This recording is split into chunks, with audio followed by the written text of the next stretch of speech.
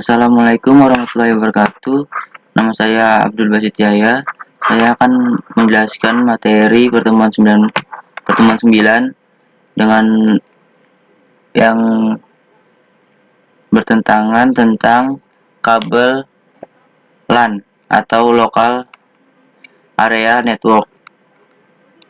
Dan di sini diterangkan ada dua macam kabel yang disuruh buat. Dengan kabel UTP ada dua macam, yaitu kabel string dan kabel crossover. Dan perbedaan kabel string dan kabel crossover itu,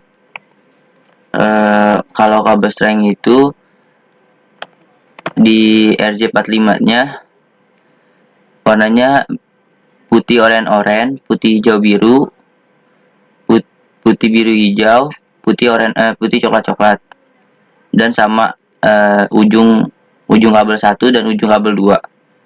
Sedangkan yang satu lagi crossover, bedanya kalau crossover itu putih oranye, putih hijau biru, putih biru hijau, putih coklat.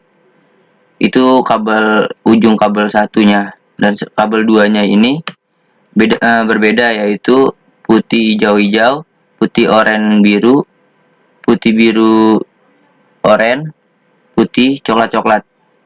Dan ini saja yang bisa saya jelaskan. Kurang lebihnya mohon maaf. Wabillahi taufiq wal hidayah. Assalamualaikum warahmatullahi wabarakatuh.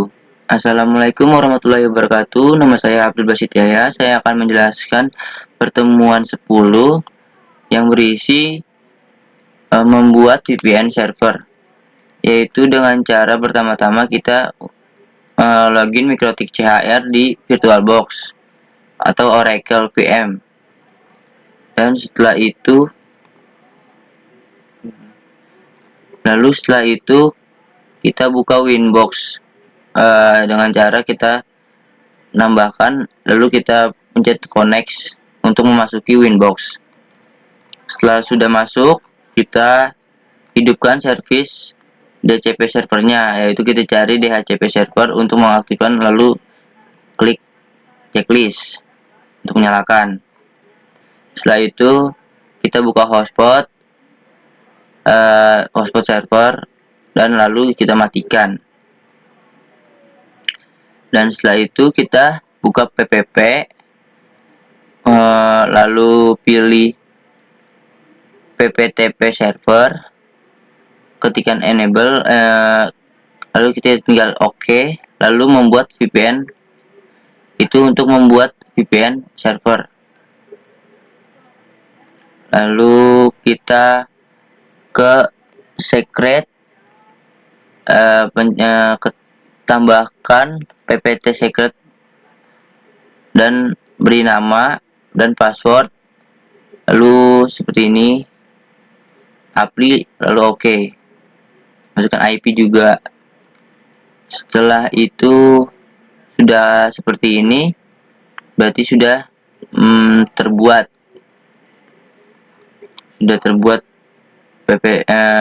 ini ya, sudah terbuat VPN servernya.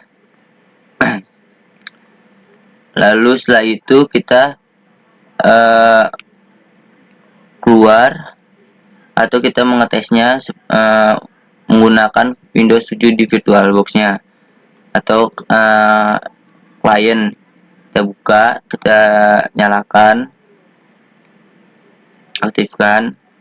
Setelah itu kita buka dari Windows 7-nya, kita buka control panel, lalu kita cari local area connection status, lalu pilih network connection detail, lalu OK, close. Setelah itu buka setup connection or network, pilih connect to the internet, lalu next. Setelah itu connect to a workplace, masukkan IP, lalu next.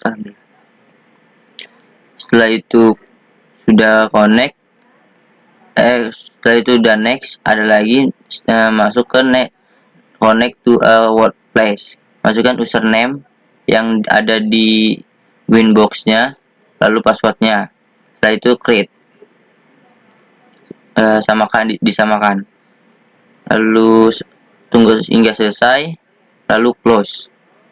Lalu kita tes kita tes connect atau tidaknya VPN VPN-nya. Kita cek di connect VPN connection. Masukkan username dan password yang tadi, lalu connect, dan akhirnya selesai. Terima kasih. Itu saja yang bisa saya jelaskan. Kurang lebihnya mohon maaf. Wabillahi taufiq wal hidayah. Wassalamualaikum warahmatullahi wabarakatuh. Assalamualaikum warahmatullahi wabarakatuh. Nama saya Abdul Basit Yahya. Di sini saya akan menjelaskan pertemuan 11 yang berisi domain dan VPS. Pertama-tama kita yaitu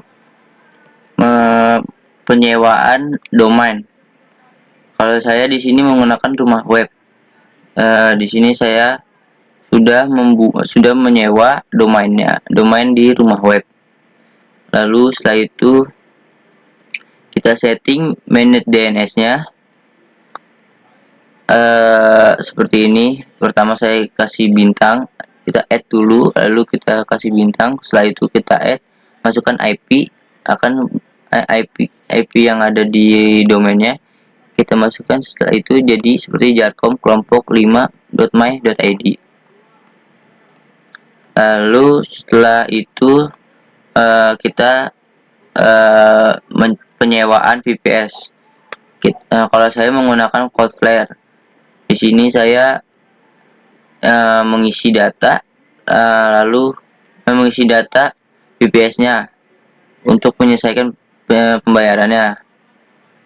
Setelah itu sudah selesai, pasti akan diberikan name server seperti ini. Contohnya seperti ini saya. Lalu disalin, nanti kita taruh di domain dekat.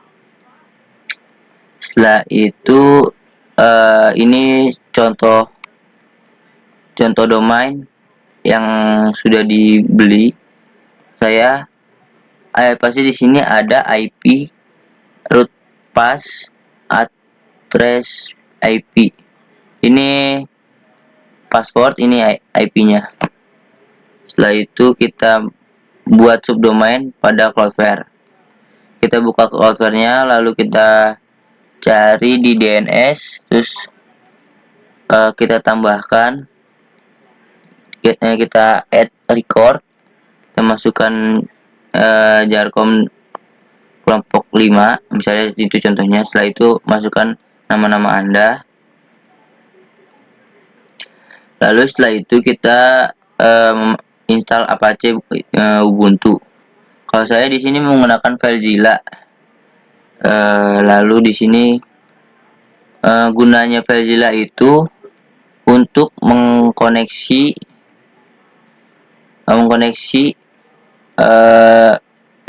filenya itu ke dalam subdomain agar terhubung ke website. Lalu di sini dengan cara kita masukkan saja pengecekan ininya website yang sudah terkonek, kita salin di sini, kita taruh di sini.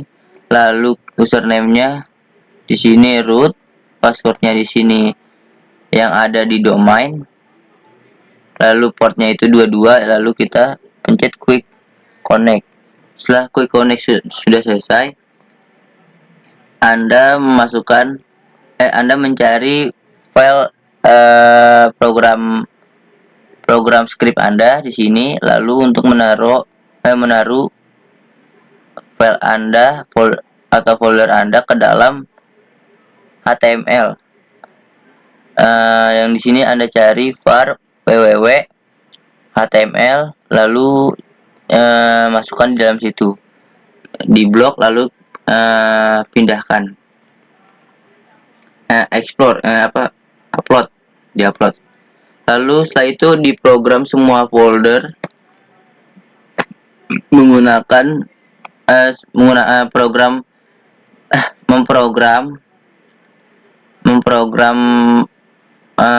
memprogram filenya itu menggunakan CMD seperti ini. Dicek saja.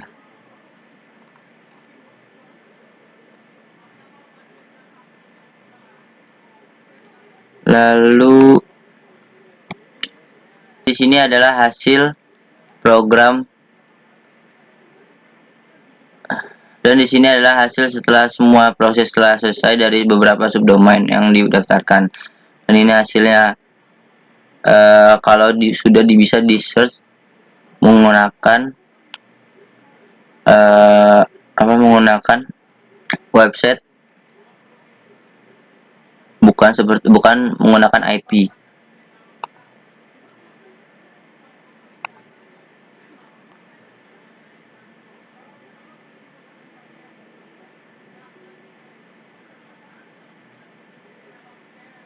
Oke, inilah contoh sudah jadinya. Ini saja yang bisa saya jelaskan. Kurang lebihnya mohon maaf. Wabillahi taufiq wal hidayah. Wassalamualaikum warahmatullahi wabarakatuh. Assalamualaikum warahmatullahi wabarakatuh. Saya Abdul Basit Yahya. Di sini saya akan menjelaskan pertemuan 12 dan pertemuan 13. Dan di sini saya akan menggabungkannya menjadi satu dikarenakan materi yang sama. Dari pertemuan 12 dan pertemuan 13 itu sama, yaitu dengan materi web server. Web server itu adalah perangkat keras atau perangkat lunak yang bertugas untuk menyimpan, mengelola, dan mengirimkan halaman web pada pengguna melalui protokol HTTP atau yang disebut juga Hypertext Transfer Protocol. Fungsional utama dari web server adalah menerima permintaan HTTP dari klien, mengelola file-file yang dibutuhkan untuk menampilkan halaman web, mengirimkan respon HTTP yang sesuai kepada klien. Di sini juga ada jenis-jenis web server yang bisa digunakan, yaitu satu Apache HTTP server, lalu ada Gix,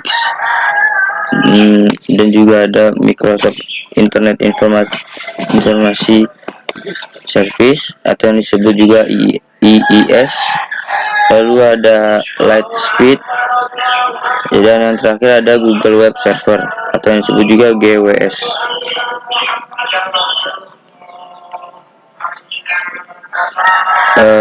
Lalu di sini juga ada pengelolaan web server yang melibatkan beberapa aspek seperti konfigurasi yang berfungsi untuk mengatur pengaturan server sesuai dengan kebutuhan, seperti port yang digunakan, direktur root, dan parameter kinerja. Lalu ada skalabilitas, yaitu memastikan bahwa web server dapat menangani lalu lintas web yang padat dan memiliki kapasitas untuk mengelola peningkatan jumlah pengguna. Lalu juga ada monitoring, yaitu melakukan pemantauan terhadap kinerja web server, termasuk pengguna, sumber daya, kecepatan respon, dan aktivitas serangan potensial. Dan yang terakhir ada pemeliharaan, melakukan pemeliharaan rutin seperti pembaharuan perangkat lunak, manajemen keamanan, dan backup data.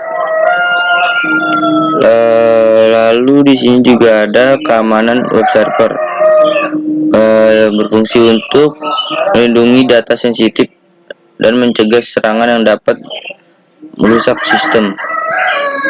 Di sini juga ada langkah-langkahnya untuk mengamankan web server dan menjaga web server dengan cara menggunakan sertifikat SSL atau TLS untuk mengenkripsi komunikasi antar server dan klien.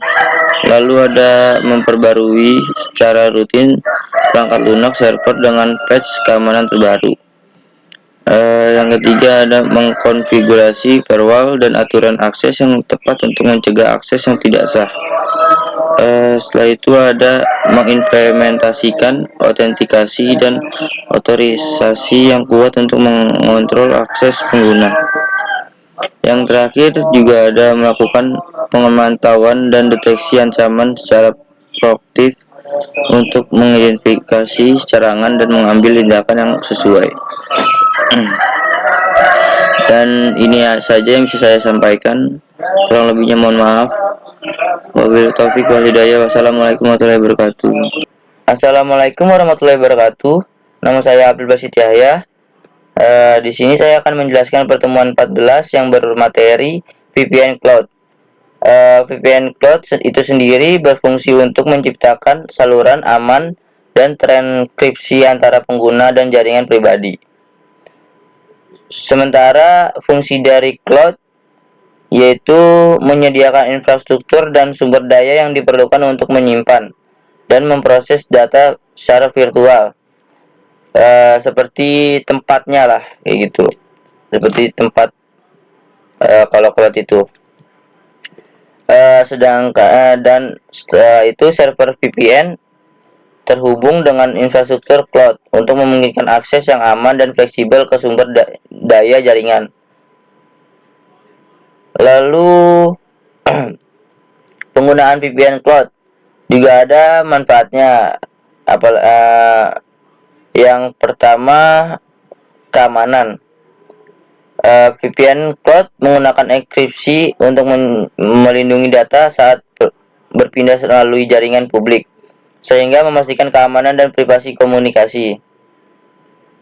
Setelah itu ada skalabilitas. Dengan menggunakan infrastruktur cloud, VPN cloud dapat dengan mudah diperluas dan mengakomodasi peningkatan jumlah pengguna atau kebutuhan sumber daya.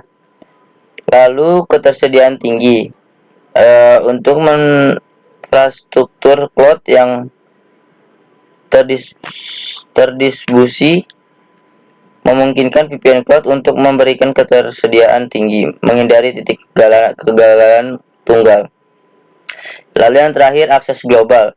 Pengguna dapat mengakses jaringan pribadi virtual dari mana saja dengan menggunakan koneksi internet, memungkinkan akses jarak jauh yang aman dan fleksibel.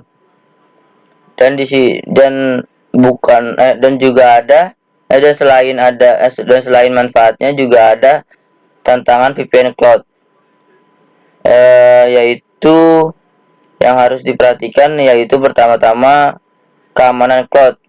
Meskipun VPN cloud menyediakan enkripsi end-to-end, keamanan data di cloud juga harus diperhatikan, termasuk keamanan data saat penyimpanan dan pengelolaan di cloud. Kinerja dan latensi pengguna VPN cloud melibatkan lalu lintas data yang harus melalui infrastruktur cloud, yang dapat mempengaruhi kinerja dan latensi, terutama jika jarak antara pengguna dan server lalu jauh. Lalu ada ketergantungan pada penyediaan cloud.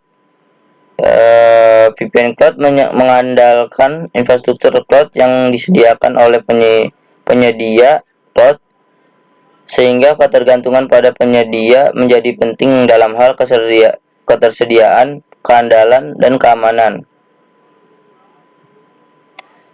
Contoh penggunaan VPN cloud ada beberapa.